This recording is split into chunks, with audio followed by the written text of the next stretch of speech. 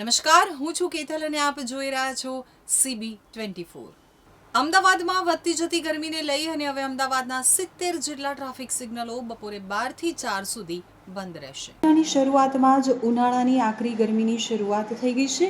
અમદાવાદમાં 41 થી 42 ડિગ્રી આસપાસ ગરમીનો પારો પહોંચી ગયો છે, ત્યારે શહેરીજનોને ગરમીમાંથી રાહત મળે તે માટે હીટ એક્શન પ્લાન અમલમાં લાવવામાં આવ્યો છે।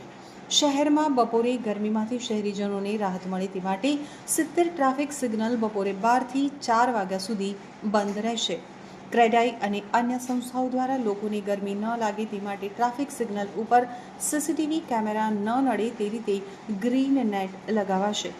આરોગ્ય વિભાગના વડા ડોક્ટર ભાવિન સોલંકી અને ડોક્ટર તેજસ શાહે જણાવ્યું છે કે હીટ એક્શન પ્લાન અંતર્ગત શહેરના જુદા જુદા ઝોનમાં કામગીરી કરતા સામાજિક સંસ્થાઓ, ધાર્મિક સંસ્થાઓ, એસોસિએશનો સાથે મળી અને 350થી વધુ પાણીની પરબો ચાલુ કરવામાં આવી છે।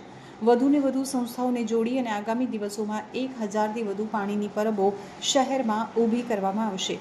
AMTS અને BRTS બસ સ્ટેન્ડ ઉપર પીવાના પાણીની તેમજ ORS પેકેટની પણ વ્યવસ્થા કરવામાં આવી રહી છે। જે ટ્રાફિક સિગ્નલો ઉપર વધુ ટ્રાફિક થાય છે તેને ચાલુ રાખવા જરૂરી હોવાથી આવા 4 રસ્તા ઉપર ગ્રીન નેટ લગાવવા માટે ક્રેડાઈ અને અલગ અલગ સંસ્થાઓ દ્વારા 24 જેટલા ટ્રાફિક સિગ્નલો ઉપર ગ્રીન નેટ લગાવવામાં આવનાર છે। 70 ટ્રાફિક સિગ્નલો બપોરના સમયે બંધ રહેશે। શહેરના તમામ બાગ બગીચાઓ સવારે 6 વાગ્યાથી રાત્રિના 11 વાગ્યા સુધી ખુલ્લા રહેશે, તેમજ દરેક બગીચામાં પીવાના પાણીની વ્યવસ્થા કરવામાં આવી છે। શહેરમાં આવેલી તમામ બાંધકામ સાઇટો ઉપર અનિવાર્ય સંજોગો સિવાય બપોરે 1 થી 4 કામ બંધ રાખવામાં આવશે। ઓરેન્જ અને રેડ એલર્ટ દરમિયાન શ્રમિકોને બપોરે 1 થી 4 દરમિયાન કામગીરી કરવાની રહેશે નહીં। આંગણવાડી, સ્કૂલ તેમજ સફાઈ કામદારોની કામગીરીમાં સમયમાં ફેરફાર કરવામાં આવશે।